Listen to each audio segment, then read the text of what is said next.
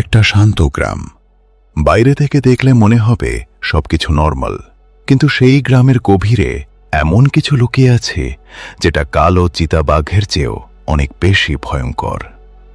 বস, এটা কোনো হলিউড সিনেমার প্লট না, এটা টলিউডের আপকামিং ডার্ক সার্ভাইভাল থ্রিলার ঘুনগাঁও। আর এই সিনেমায় প্রথমবার বড় পর্দায় একসাথে দেখা যাবে প্রতিজ্ঞার রঞ্জয় বিষ্ণু আর বোল্ড অভিনেত্রী অনিন্দিতা বসুকে। আজ বাংলা পালসে আমরা ডিকোড করব এই গ্রামে আসলে কি লুকিয়ে আছে। রঞ্জয়ের এই ফিল্মে আসার সিদ্ধান্ত কতটা ক্যালকুলেটেড, আর টলিউড কি সত্যিই বদলাচ্ছে? গল্পটা একটু ভেঙে দেখি। একটা টিম কালো চিতাবাঘ খুঁজতে যাচ্ছে একটা নির্জন গ্রামে, কিন্তু সেখানে গিয়ে তারা বুঝতে পারে চিতাবাঘ এখানে সবচেয়ে বড় সমস্যা না। সেই গ্রামে এমন কিছু একটা আছে যেটা অনেক বেশি ডেঞ্জারাস। এখন প্রশ্ন হলো, সেই ভয়ঙ্কর কিছুটা কি? সুপারন্যাচারাল কিছু, নাকি মানুষের তৈরি কোনো ডার্ক সিন্ডিকেট? ডিরেক্টর সৌম্যা রয় চৌধুরী এখনও সেটা রিভিল করেননি, আর এটাই এই ফিল্মের সবচেয়ে বড় স্ট্রেংথ। মিস্ট্রি টিকিয়ে রাখতে পারলে দর্শক হলে যা যাবেই, কিন্তু এই ফিল্ম শুধু ভয়ের গল্প না। মেকার্স বলছেন এটা সার্ভাইভালের গল্প, মানসিক শক্তির গল্প, প্রতিকূলতার বিরুদ্ধে দাঁড়ানোর গল্প। মানে হলো, থেকে বেরিয়ে দর্শকের মাথায় শুধু ভয় থাকবে না, থাকবে অনেকগুলো গভীর প্রশ্ন। এই কাস্টিংয়ের পেছনে আসল লজিক কি সেটা বলার আগে, আমরা এখন 2000 সাবস্ক্রাইবার্সের একদম দোরগোড়ায়। এই মাইলস্টোন আপনাদের সাথেই পার করতে চাই। সাবস্ক্রাইব করুন, হাইপ করুন। চলুন কাস্টিং ম্যাথমেটিক্সে ঢুকি। এবার কাস্টিংয়ের লজিক দেখুন। রঞ্জয় বিষ্ণু এই মুহূর্তে ছোট পর্দার অন্যতম জনপ্রিয় মুখ, তার ফ্যান বেস বিশাল।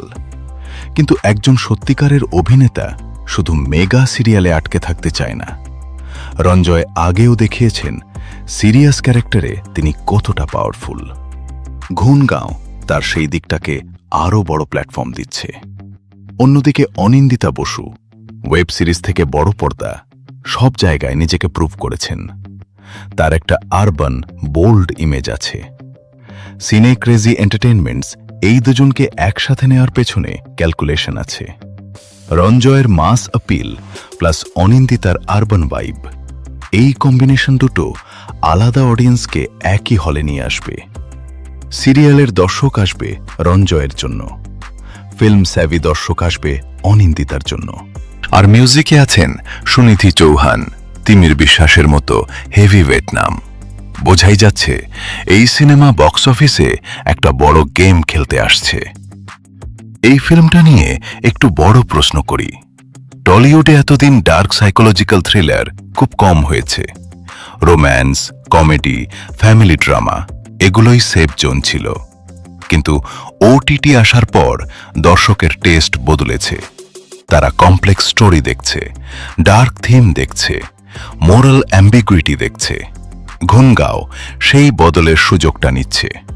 সুন্দরবনসের মতো মিস্টিরিয়াস লোকেশন, সিরিয়াল অ্যাক্টরকে ফিল্মে নিয়ে আসা, সুপারন্যাচারাল ভার্সেস হিউম্যান থ্রেটের দ্বন্দ্ব, এগুলো টলিউডের জন্য নতুন টেরিটরি।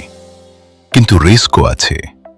বাংলার মাস অডিয়েন্স এখনো রোম্যান্স আর ফ্যামিলি ড্রামাতে বেশি কমফোর্টেবল।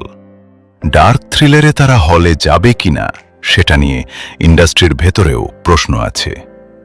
ঘুনগাঁও সেই প্রশ্নের উত্তর দেবে। বস, টলিউডে এখন এক্সপেরিমেন্টের সময়।